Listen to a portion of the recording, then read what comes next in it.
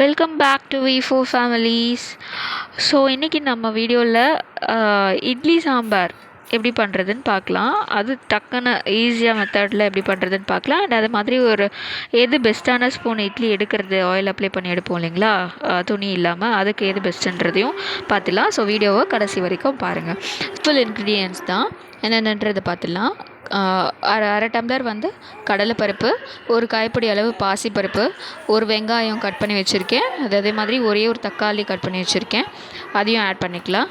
And ஒரு கத்திரிக்காய், எல்லாமே பெருசாக கூட இருக்கலாம், ஒன்றும் பிரச்சனை இல்லை. சின்னதாக போடணுன்னு அவசியம் இல்லை, நம்ம ப்ரெஷர் குக்கரில் தான் செய்ய போகிறோம் இல்லைங்களா. ஒரு ஸ்பூன் ஜீரகம், அரை ஸ்பூன் மஞ்சள்தூள், அரை ஸ்பூன் பெருங்காயத்தூள் ஆட் பண்ணிக்கிறோம். ஸோ இது எல்லாத்தையும் நல்லா ஒரு மிக்ஸ் பண்ணிவிட்டு ஸ்டவ் ஆன் பண்ணி ப்ரெஷர் குக்கர் வச்சிடலாம். ஸோ இது ஹையில் வச்சுருங்க. நல்ல ஒரு 3 விசில் வரணும்.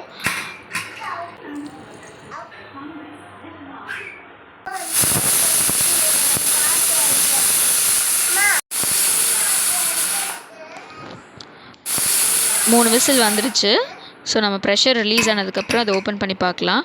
ஸோ அந்த கடலைப்பருப்பு மட்டும் கொஞ்சம் இதுவாக தான் இருக்கும், அதனால் நான் ஸ்மாஷர் வச்சுட்டு அதை நல்லா மசிச்சு விட்டுக்கலாம்.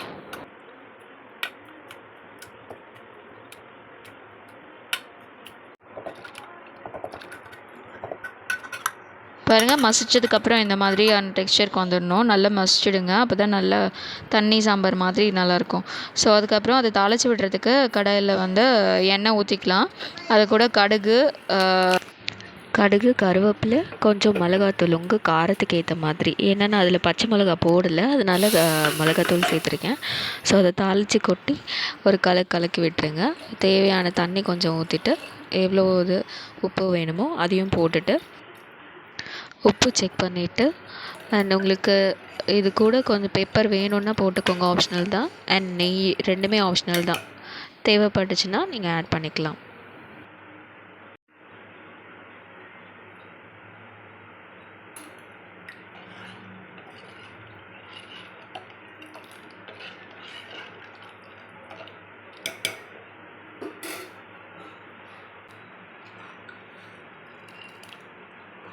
பாருங்கள், இது மாதிரி நல்லா கொதிச்சு வரணும்.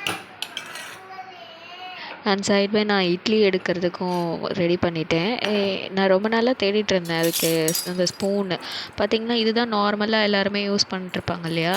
நான் ஃபஸ்ட்டு இது தான் அந்த ரவுண்டு தான் வாங்கினேன். பட் இது ஒர்க் ஆகுமா என்னன்னு தெரியல, அதனால் நான் அதை அப்படியே வச்சுருந்துட்டு அதுக்கப்புறமா எடுத்து பார்த்தேன், ஒரு நாள் ட்ரை பண்ணிவிட்டேன்.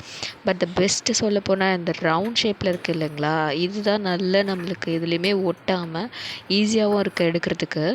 அந்த யூ மாதிரி இருக்கிறது பார்த்திங்கன்னா அதில் எடுக்கும்போதே இட்லி நம்மளுக்கு கொரன்னு ஊட்டுறது. ஸோ பெஸ்ட் பார்த்திங்கன்னா அது ரவுண்டு தான்.